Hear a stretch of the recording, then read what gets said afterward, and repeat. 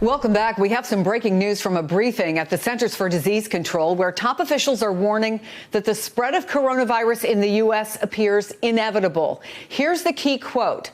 It's not a question of if this will happen, but when this will happen and how many people in this country will have severe illnesses. It's what we're already seeing in China and in South Korea, where people waited in long lines to purchase face masks, with a number of cases there now rising to nearly 1,000 people. The U.S. State Department has raised its travel advisory, saying that U.S. nationals should avoid all non-essential travel to South Korea.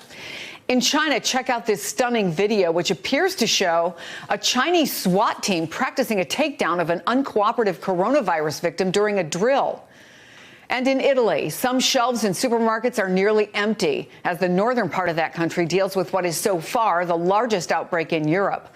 The disease has claimed the lives of 7, with at least 229 infected there. The global death toll from the disease has now surpassed 2,600, with more than 77,000 confirmed cases. Joining me now is the director of the National Institute of Allergy and Infectious Diseases, Dr. Anthony Fauci. So it was kind of a sobering update from the CDC. What are the health risks now here in the U.S. that we know? Well, currently the health risks are minimum. I mean, practically non-existent when you're dealing with coronavirus. But what the CDC, Dr. Messonnier, was referring to is the fact that we're seeing cases now in a considerable number outside of China in other countries like South Korea, Italy, Iran, Japan.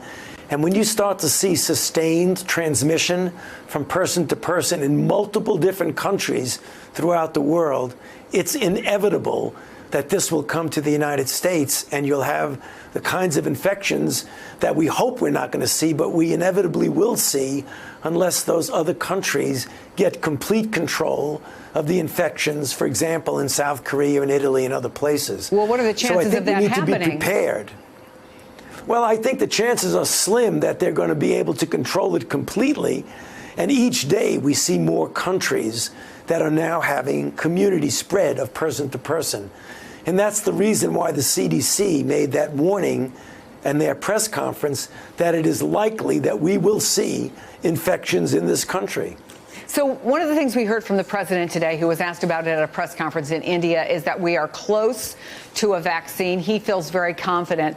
How close are we, number one? And number two, even if we are close to that vaccine, what are the chances that the timing will be soon enough that we can stop what may indeed be this inevitable set of cases?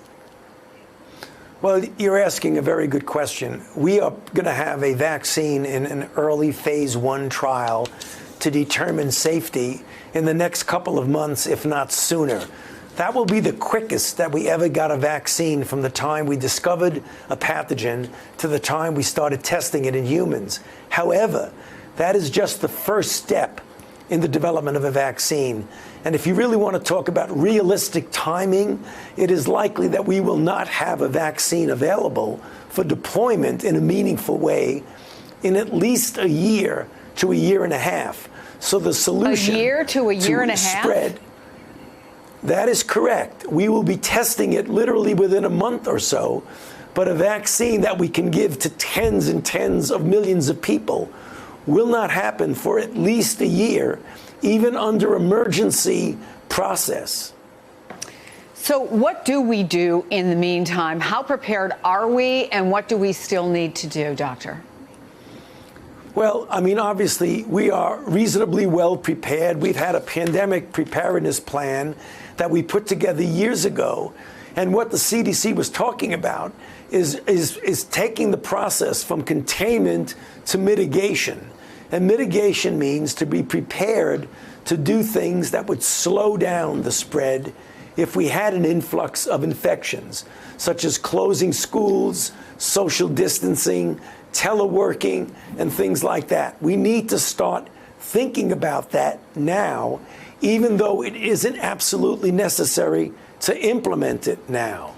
I don't want to get you involved in politics, but I do want to make sure that we're getting correct information out there.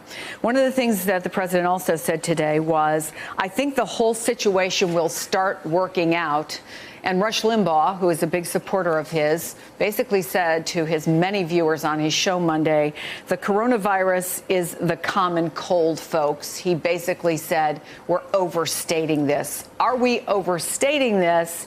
And are we in a situation where the whole thing is just going to work itself out? Well, first of all, the common cold rarely, if ever, kills anybody. Rarely, truly rarely. And even seasonal influenza has a mortality of 0.1%.